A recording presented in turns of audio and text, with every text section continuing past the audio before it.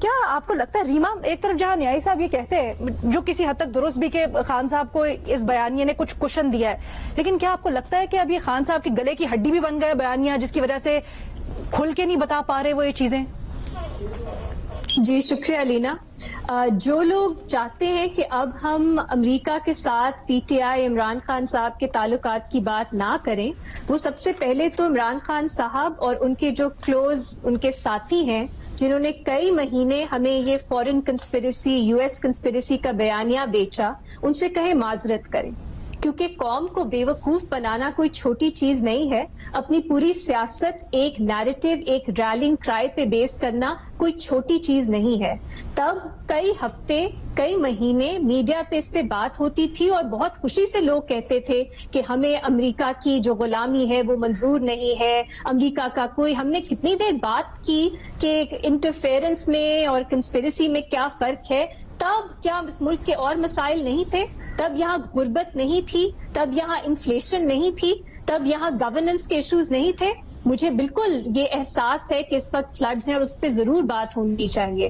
اور شاید report card وہ پروگرام نہیں ہے رینا جہاں پہ میں تو فلڈ کے ایریاز میں نہیں جاتی، میرے پاس کوئی فرسٹ ہینڈ انفارمیشن نہیں ہے. میں دیکھتی ہوں جیو پہ بہت کوریج ہوتی ہے فلڈز کی، لیکن یہ کہنا کہ فلڈز ہیں تو کسی اور چیز پہ بات نہیں ہونی چاہیے، یہ غلط ہے، کیونکہ یہ ساری چیزیں آپس میں جڑی ہیں. یہ جو پی ٹی آئی اور ان کے فیک بیانیہ ہے، یہ فلڈ پہ جو ڈونیشنز آ رہی ہیں باہر سے اس پہ بھی اپلائی وہ کرتے ہیں کہ یہاں پہ لوگ کرپٹ ہیں، آپ یہاں امداد نہ بھیجیں، آپ ایڈ نہ بھیجیں. تو کیا کریں؟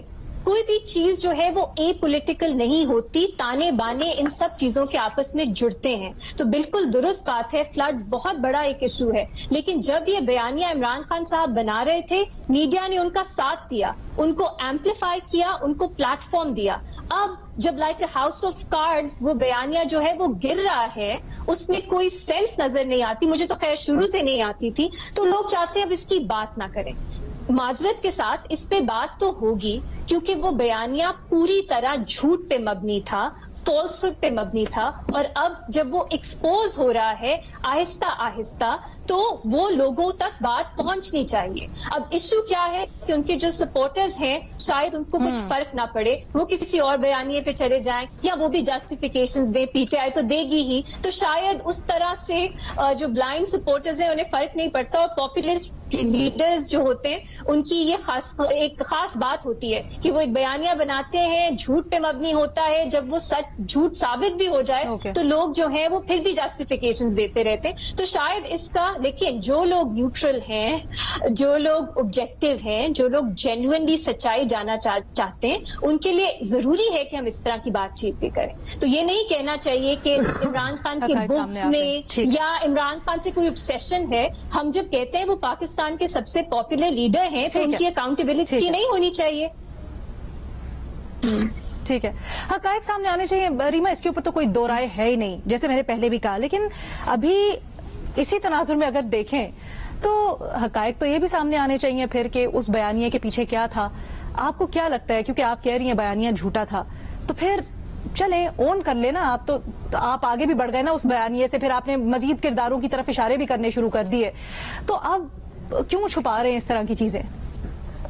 علینا یہ آپ کی خبر ہے اور میں نے دیکھا ہے میڈیا پہ بھی یہ آ رہی ہے. مجھے تو نہیں معلوم اس میٹنگ یہ ہوئی نہیں ہوئی، جب تک امریکہ کی طرف سے شاید اس پہ کوئی وضاحت آنی چاہیے.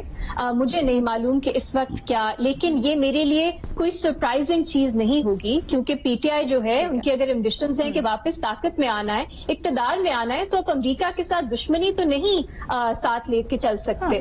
تو بہت انڈرسٹینڈیبل بات ہے، لیکن ایشو وہی ہے لینا، آپ معذرت کریں، آپ معافی مانگیں ان سب کو جن کے ساتھ آپ نے جھوٹ بولا کئی مہینے اپنی پاپولیرٹی کے لیے، اپنی سیاست. یہاں پر ابہام اس لیے ٹھیک ہے